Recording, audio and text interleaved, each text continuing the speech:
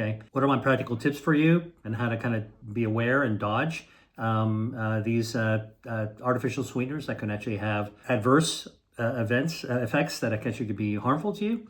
Well, number one, anything that you're going to buy in a box or a bag or a can or a tin, especially the stuff in the middle aisle of the grocery store, read the labels carefully. I can't emphasize that enough. Whatever you pick up, take a look at the side, look at the label. By my book, what I would recommend is avoiding products that contain erythritol and xylitol, especially if it's in a protein bar or sugar-free drink or a keto product. And by the way, you can actually find a safer sweetener, right? Raw honey is safer. Maple syrup is a safe sweetener. Monk fruit's a sweetener.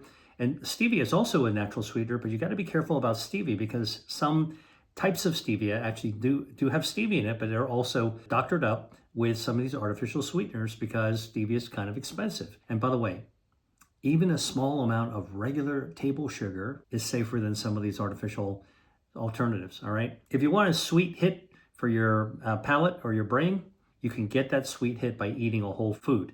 Fruits, vegetables, all right, all naturally sweet. Most of them are naturally sweet. Think about this, like there's nothing I like more than a juicy sweet orange in the morning, or you want to think about it like a juicy pear in the summertime or peach in the winter. But when you eat whole foods, you can get Mother Nature's sweet sugar hit, sweetness hit, without actually having to resort to the artificial sweeteners, all right? So the study I just told you about is a wake-up call. Sugar-free doesn't always mean risk-free.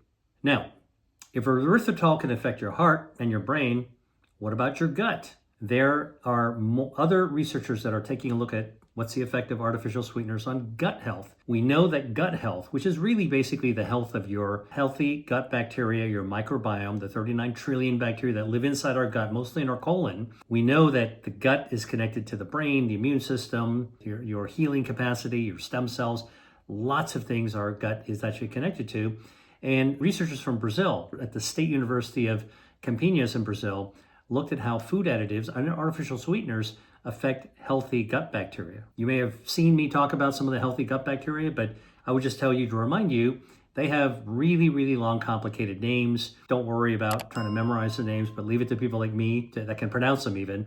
Lactobacillus, bifidobacterium, lactococcus, all right? These are just 3 bacteria that are very healthy and have been studied. These are friendly gut bacteria, helpful, that help you digest food, fight off bacteria and viruses. And by the way, these bacteria, lactobacillus, bifidobacteria, and lactococcus, they produce anti-inflammatory compounds that lower inflammation in our body too, right? All good. What the researchers were finding is that there are substances, additives in ultra-processed foods that can actually knock down or knock out some of these healthy gut bacteria, right? And some of the biggest offenders, you might be surprised. Potassium sorbate. Go ahead. Take a look at your pantry of something that's ultra-processed or a bag of something and take a look at the ingredient label. See if you find potassium sorbate, sodium benzoate, very common additive. Sodium bisulfite, another very common additive. Saccharin, very common artificial sweetener. And polysorbate 80. This is the thickener. You're going to find this on a lot of foods, all right? Potassium sorbate, sodium benzoate, sodium bisulfite, saccharin, and polysorbate 80, all right? Now, that might seem like a mouthful, but I guarantee you probably have something in your kitchen. Maybe you have a lot of things in your kitchen that will contain one or more of those additives.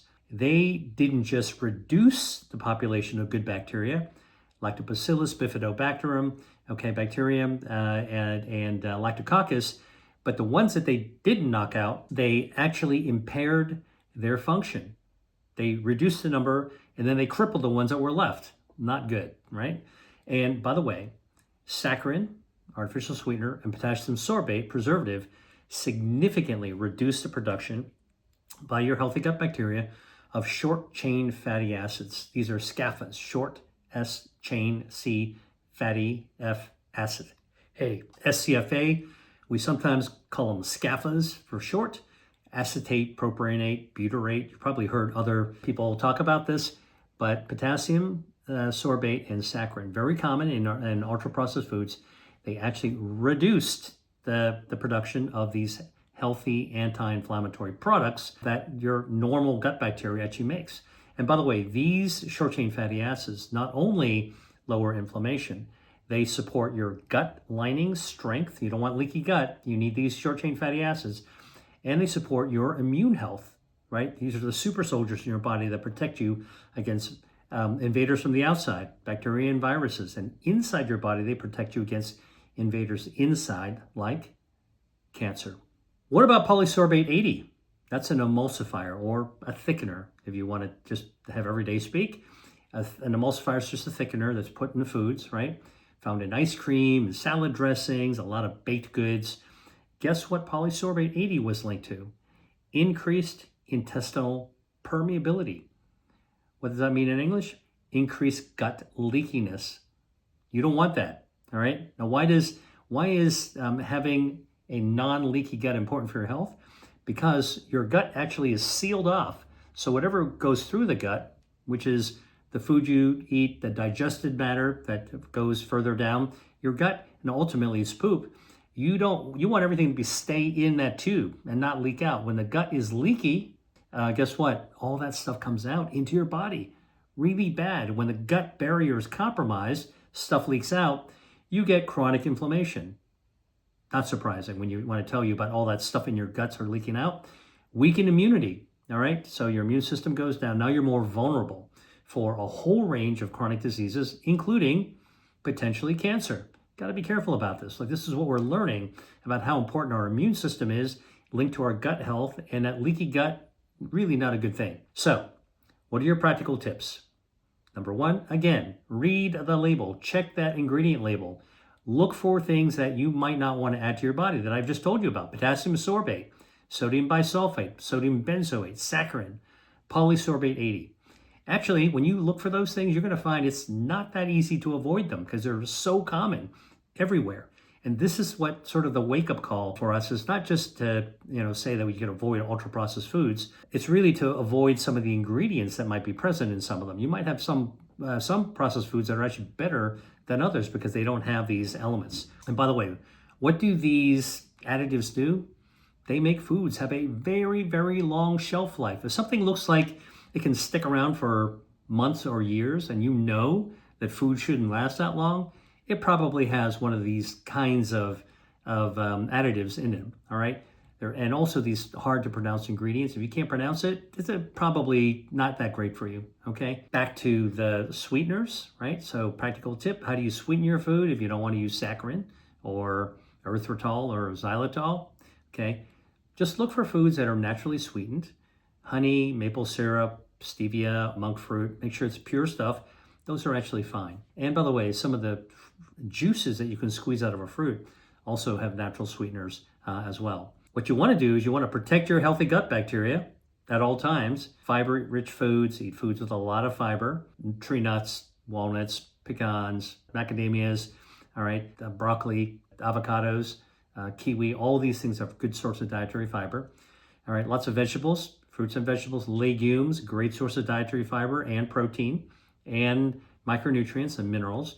Legumes, what are they? Beans, white beans, black beans, pinto beans, you name it, lentils, chickpeas, they are all, soybeans, they're all going to have all these good things that help feed your gut microbiome, and whole grains, ancient grains, whole grains. It's all going to be better for you rather than the ultra refined stuff that most of us grew up with. When you actually eat these whole foods that help feed your gut bacteria, make them healthy ones grow more healthy bacteria, guess what? It supports your body, your gut bacteria's production of short-chain fatty acids, SCFAs. Healthier bacteria, more SCFAs, short-chain fatty acids, more beneficial benefits, lowering inflammation, better sealing of the gut lining, better immune strength, all the things that you want for long-term health. There are some very specific foods that have been studied in research that can really support good production of SCFAs. You want to know what they are?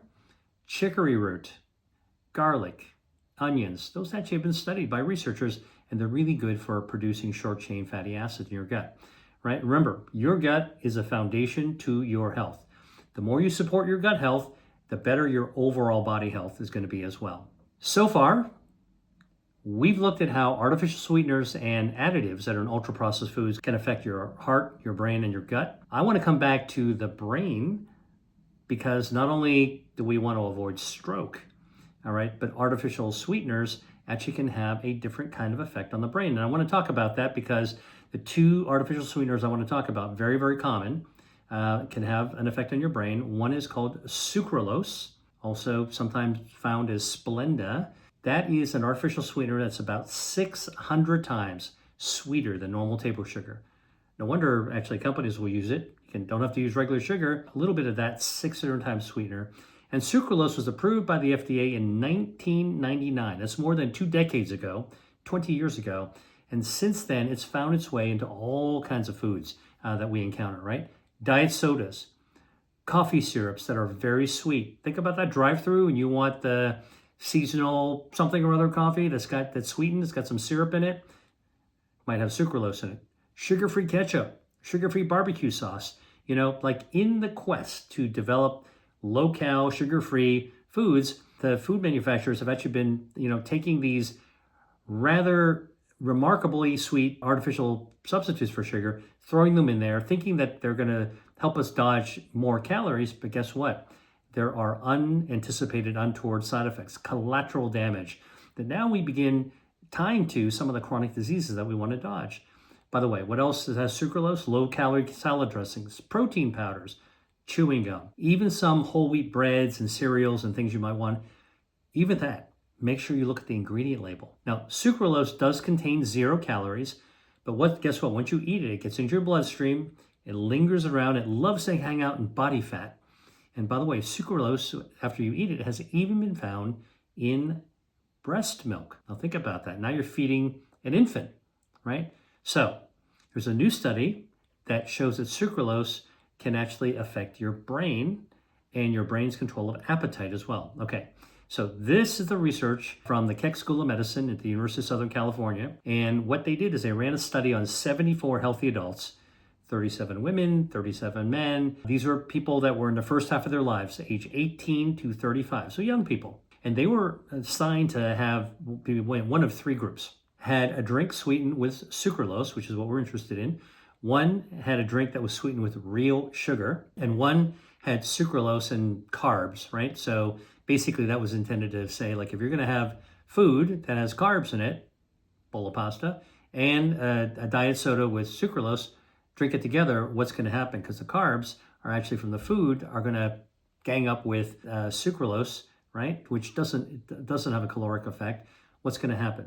So in this particular case, they weren't looking at blood sugar. They were looking at brain activity. So the researchers subjected the people, the patients, the subjects, to functional MRI. Now, some of you may know an MRI is kind of taking a picture of your body at a pretty high resolution. You get pretty clear images. But functional MRI actually gives you a sense of what's going on while the picture is being taken. It's dynamic. And you can observe brain activity using functional MRI. So that's what these researchers did. They gave people either sucralose plus carbs, a carb meal, or just a drink with plain sugar, okay? And they were looking at the area of the brain that's responsible for reward and appetite control. And here's what they found. Sucralose by itself did not activate the brain's reward center when you had, like the way normal sugar did. So we have normal sugar, you activate the reward center and there's a feedback. Basically, it's like, all right, you're getting your reward. Now let's, we got some of it. We don't keep on needing it. The brain with sucralose did not activate the satisfaction signal that would shut down your drive. In fact, it just made you kind of dodge that and you just keep on eating it. Sucralose plus carbs actually blunted the brain's ability to say that you're full. That's interesting, right? Because if you're eating food with a bunch of carbs and you're having a beverage, in this case in the research that has sucralose, guess what? Your brain should normally at some point say, all right guys, let's slow down. We got enough now. Here, adding the sucralose on a carb meal actually allows you to skip that fullness. So you just keep on eating. That's interesting. All right, so you're eating more sucralose. Brain doesn't get the message you're full. You keep eating, stuffing more calories in your system, overloading your metabolism. Over time, what does that lead to?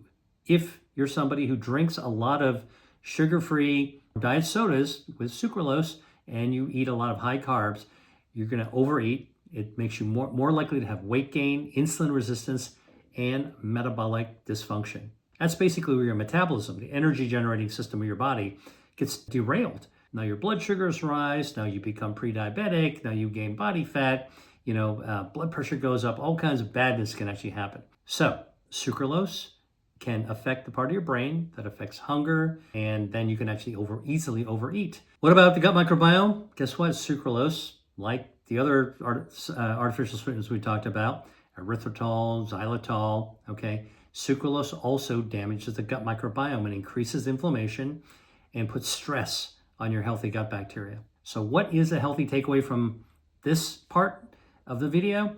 Well, I'm going to repeat it again. Read your labels. Look for sucralose, all right? It is found in way more products than most people realize.